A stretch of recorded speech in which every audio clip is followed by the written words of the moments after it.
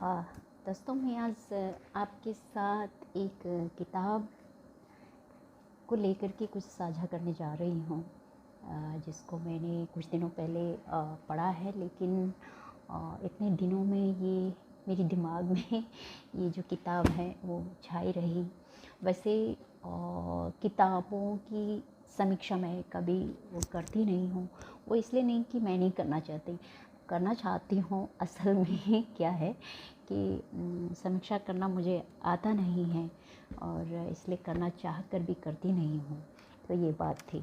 लेकिन इस किताब को लेकर के मैं क्यों आ रही हूँ बताने के लिए, तो ये समीक्षा नहीं है दरअसल। सिर्फ यही कि इस किताब ने मुझे बहुत ज़्यादा सोचने पर मजबूर की और मुझे लगा कि जिस हालत में ये किताब मुझे मिली थी, कहीं पड़ी हुई थी और वो बेकार में पड़ी हुई थी, और मैंने इसको इत्तेफाक से उठा लिया। और इसके बाद जब मैंने पढ़ा तो ये दिमाग में बस चल रही है, तो इसीलिए मुझे लगा कि हो सकता है आप लोगों में से कोई मेरे दोस्त ऐसे होंगे जिनको इस तरह की किताबों की तलाश रहती होंगी।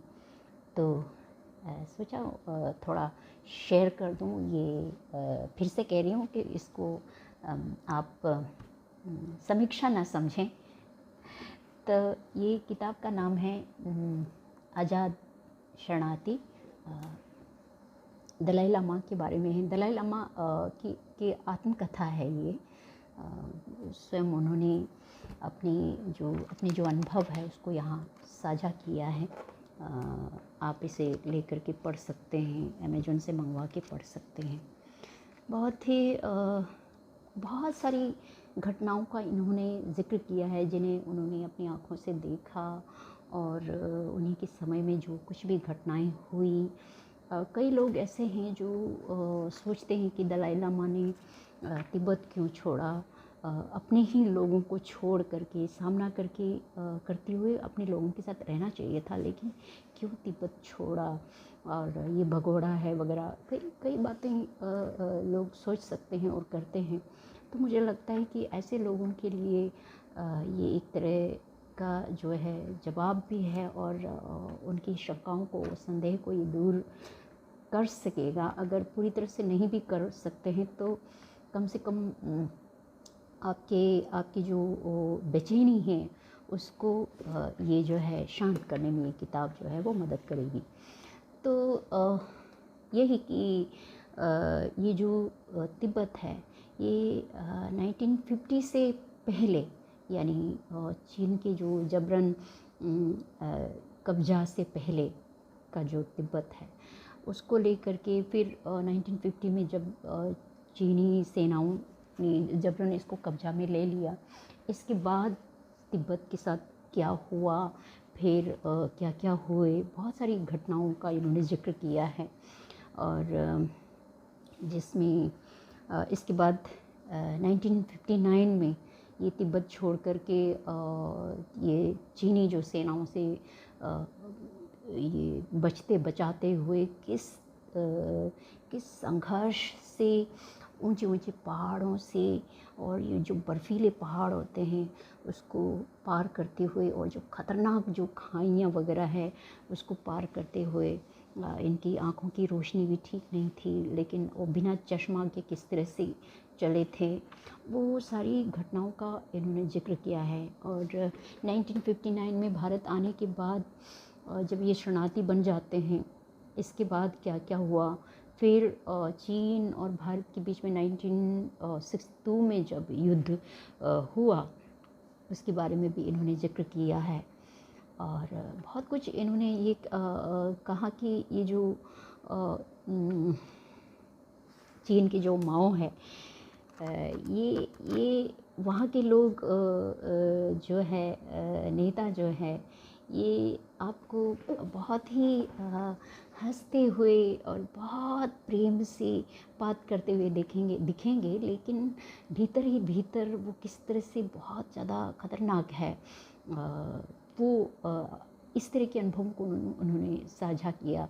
और इसके बाद जब भारत की बात करते हैं तो जैसे नेहरू है, जवाहरलाल नेहरू है, उनके बाबत भी वो कहते हैं कि वो बहुत अच्छे और बहुत दिल के साफ नेता थे, लेकिन कभी कभी बहुत जल्दी गुस्सा में आ जाते थे। लेकिन इसके बावजूद ये जो है चीन के जैसे बहुत शातिर बदमाश नहीं थे, इसलिए अपना गुस्सा भी दिखा देते हैं और साथ ही साथ बहुत ही साफ दिल के होते हैं और दिखावा बिल्कुल भी ये नहीं करते थे। तो इसीलिए ज़्यादा जो विश्वास और इसके बाद जिन पर आप डिपेंड कर सकते हैं, जिनके बारे में आप ये सोच सकते हैं कि यहाँ मेरे साथ धोखा नहीं होगा, तो इस तरह की बातें इन्होंने साझा किया जो बहुत ही खूबसूरत मतलब जो सत्य हैं वो चीज़ें इन्होंने लिखी है। और बहुत से लोग हैं जो जानना चाहेंगे तिब्बत के बारे में, उनको ये चीज़ें ये जो किताब जो है वो मदद करेगी। और ख़ास तौर से ये उन लोगों के लिए किताब बहुत ज़्यादा मतलब मायने रखेगी जो अध्यात्म है, राजनीति है और जो विज्ञान है उसको किस बैलेंस के साथ चलना चाहिए, क्योंकि अगर ये बैलेंस में नहीं चलता है तो किस तरह से एक देश या पूरे एक बहुत ही एक खूबसूरत संस्कृति सभ्यता किस तरह से नष्ट हो सकती है, इसे लेकर के ये जो किताब आपको इन सब चीज़ों के बारे में पता चलेगा। यहाँ एक इन्होंने लिखा है कि जो बौद्ध धर्म है पहले, क्योंकि तिब्बत पहले बुद्धिस्ट नहीं थे, ये तो चौथी जो शताब्दी है, 4th जो ईस्वी है उस दौरान बुद्धिस्ट वहाँ आए थे भारत से, नेपाल से। तब धीरे धीरे करके बुद्धिस्ट का जो प्रभाव है वो तिब्बत पर पड़ने लगा था।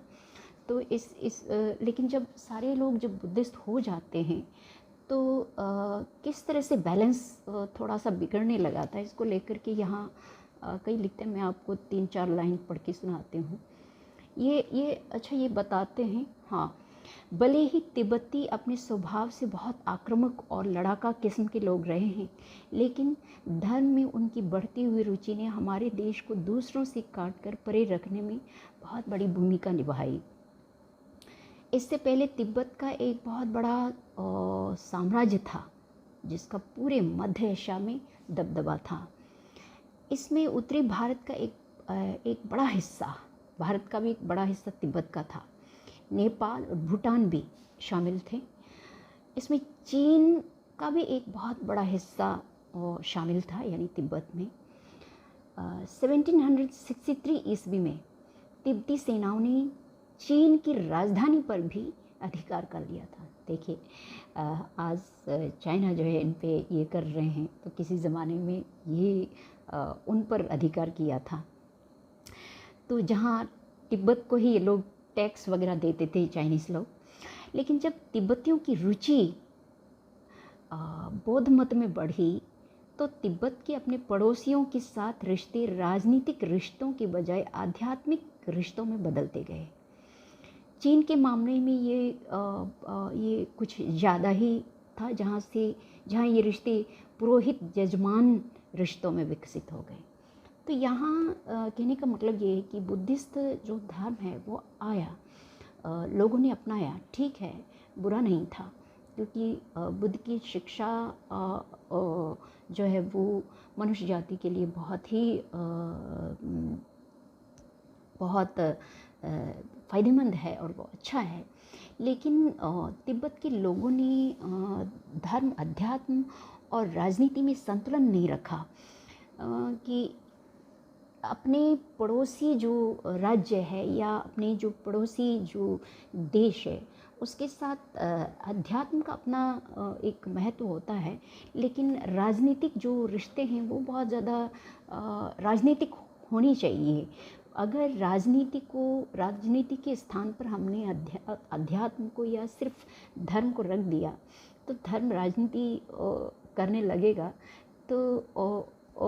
तो क्या है कि वो संतुलन बिगड़ने लगता है और एक देश जो किसी ज़माने में जिनका दबदबा था, वो किस तरह से अपने ही लोगों को वहाँ से बेघर होते हुए देखता है और वहाँ से पलायन करने लगते हैं, या वहाँ से तिब्बत के लोग जो है किसी ज़माने में इतनी खूबसूरत जो संस्कृति की, जो करुणा पर आधारित जो संस्कृति है और रहस्य, क्योंकि तिब्बत ने रहस्य अध्यात्म के क्षेत्र में बहुत बहुत कुछ हासिल किया है, जो दुनिया को बहुत कुछ मदद दे सकता है।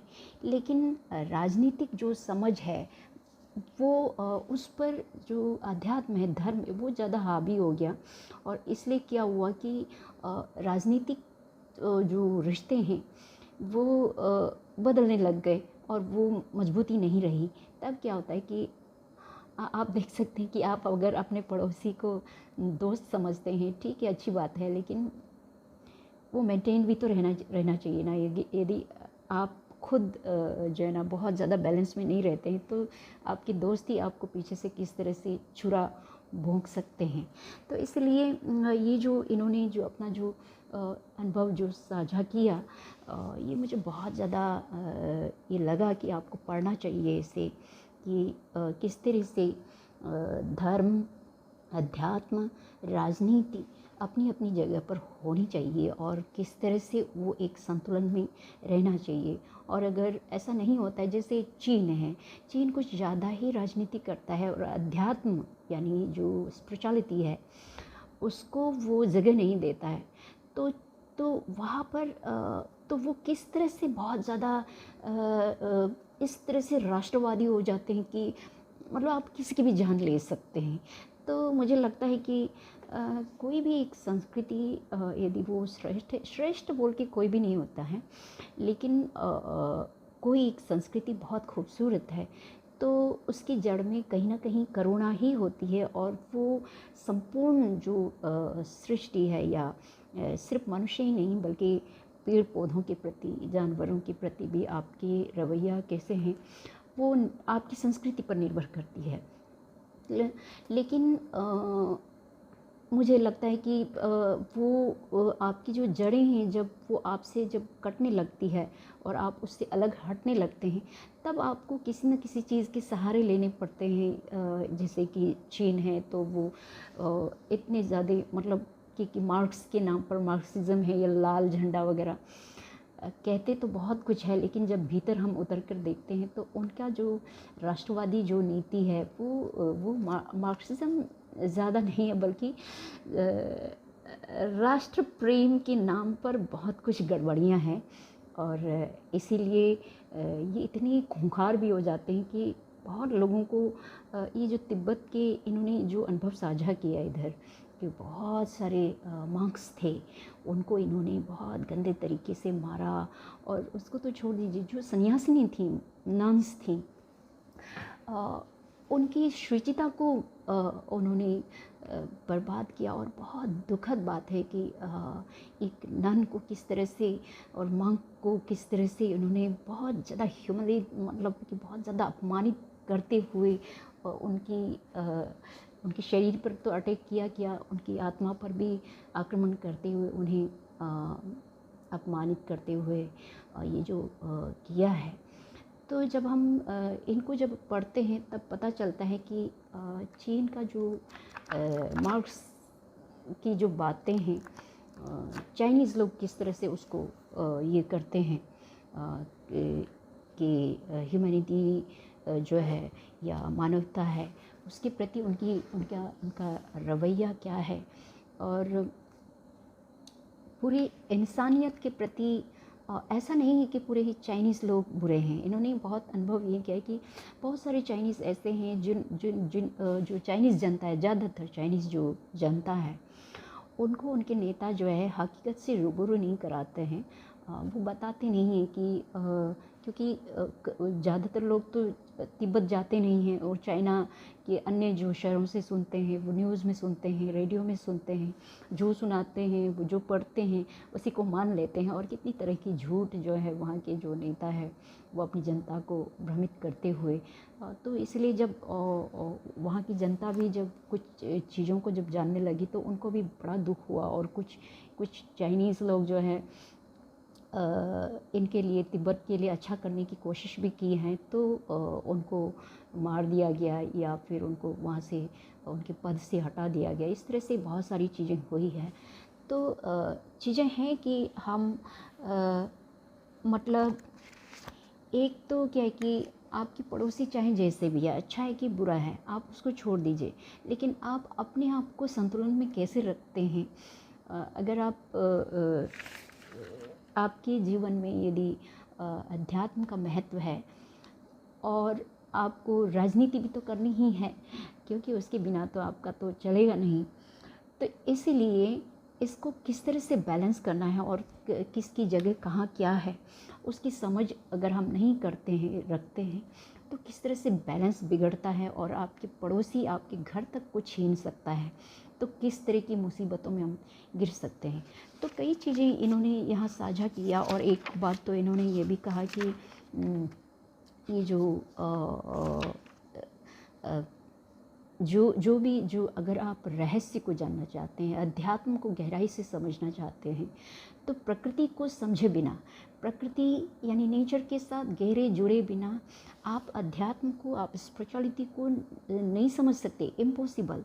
तो इस बात को लेकर के इन्होंने ट्राइबल जो लोगों की भी हल्का हल्का चर्चा किया है, जो क्योंकि मैं खुद ट्राइबल हूँ, तो ये सारी बातें मुझे प्रभावित करती है। प्रभावित मतलब हाँ, कि टच करती है कि हाँ, इन्होंने कुछ ये की है। तो बहुत सारी चीज़ें हैं जिसको इन्होंने यही कहा कि जब बुद्धिस्ट हैं तो ज़रूरी नहीं है कि उसमें सभी लोग ईमानदार है, ऐसा भी नहीं था। इन्होंने अपना अनुभव साझा किया, कहा कि वहाँ जब पोताला में जब ये थे, उसमें बहुत सारे जो अधिकारी थे, जो ऊंचे ऊंचे जो अधिकारी पद में थे, ये लोग बहुत भ्रष्ट भी थे, इसके बारे में भी ये बताते हैं, अनाचार थे वगैरह। तो ये सब जो सच्चाई है, इसको बताने के लिए मेरे ख्याल से बहुत हिम्मत की ज़रूरत होती है।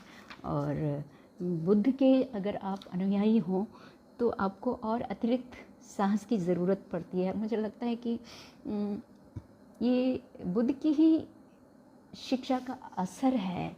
बुद्ध के अनुयायी ही यही कर सकते हैं कि आपको अपने देश तक को छोड़ करके ये आपको भटकना पड़ रहा है, इसके बावजूद आपको अपने दुश्मन के प्रति जो है बदले की भावना नहीं है। आप बदलना चाहते हैं, बस अपने देश की आज़ादी के लिए आप ये करते हैं, ठीक है। तो ये बहुत बड़ा मुझे लगता है कि बहुत बड़ा युद्ध है। और एक तो क्या है कि तिब्बत ने अध्यात्म के क्षेत्र में, रहस्य के क्षेत्र में बहुत कुछ किया है। वो बहुत सारी चीज़ें हैं जो रहस्य के ज्ञान से भरपूर लोग हैं दुनिया के लिए, और ये साइंस को भी बहुत मदद कर सकता है। लेकिन सिर्फ इतना है कि इन्होंने अध्यात्म को बहुत ज़्यादा आगे में रख लिया और राजनीति को बहुत पीछे रख लिया। तब क्या हुआ कि इनके साथ जो कुछ भी हो रहा है या हुआ है, ये अब दुनिया उसको जानती ही है। अगर आप जानना चाहते हैं कि कई लोग हैं, जैसे कि मैंने पहले भी कहा कि कई लोग सोचते हैं कि दलाई लामा जो है अपने लोगों को छोड़कर क्यों भागे वगैरह। तो किताब को पढ़ेंगे तो आप समझ सकेंगे। तो यहाँ एक 2 लाइन में आप लोग के लिए पढ़ देती हूँ। भिक्षुओं की गतिविधियाँ भी प्रतिबंधित हो गई तथा रिंपोचे को एक तरह से अपने मठ में कैदी रखा जा रहा था। साथ ही चीनियों ने उनमें अपनी साम्यवादी विचारधारा ठूंस कर उन्हें मोड़ने की कोशिश की थी। योजना ये थी कि यदि वो मुझे चीनी शासन स्वीकार करने पर राजी करने के लिए प्रयास करें तो उन्हें बेरोक टोक लासा जाने दिया जाता। मेरे विरोध करने पर उन्हें मेरी हत्या करनी थी और बदले में चीनी सरकार उन्हें इनाम देते। तो ये जो चीज़ें आपने देखी कि कोई भी विचारधारा जो है, अगर आप ज़बरदस्ती ठूसेंगे तो वो ज़बरदस्ती ठूसा नहीं जा सकता। क्योंकि ऐसे एक मुहावरा भी है ना कि जो घोड़ा है उसको आप पानी दिखा सकते हैं, पानी दिखा सकते हैं, लेकिन आप ऊँट को पानी दिखा सकते हैं, पानी पिला नहीं सकते। वो हलक से पानी उतारना है तो ऊँट का शरीर, ऊँट अगर ऐसा करना भी चाहे तो उसका शरीर उसके लिए ये हो। तो यही है कि कोई भी विचारधारा आप ज़बरदस्ती ठूँस नहीं सकते, और जब ऐसा करते हैं तो आप अपनी संस्कृति से भी हट रहे होते हैं, आप अपनी पहचान की भी हत्या कर रहे होते हैं। इंसानियत का तो करते ही है, और साथ ही साथ ये पूरी दुनिया के लिए बहुत ख़तरनाक चीज़ें हैं जो चीन ने ये साम्यवादी विचारधारा को आगे रख कर के, और लाल सलाम वगैरह, ये मार्क्सवादी जो हैं वो बहुत खूबसूरत विचारधारा है। लेकिन चीन, जब हम बहुत करीब से इनको पढ़ने का प्रयास करते हैं तो हमें लगता है कि चीन जो है असल में मार्क्सवादी नहीं है, ये घोर क्या कहेंगे कि राष्ट्रवादी है।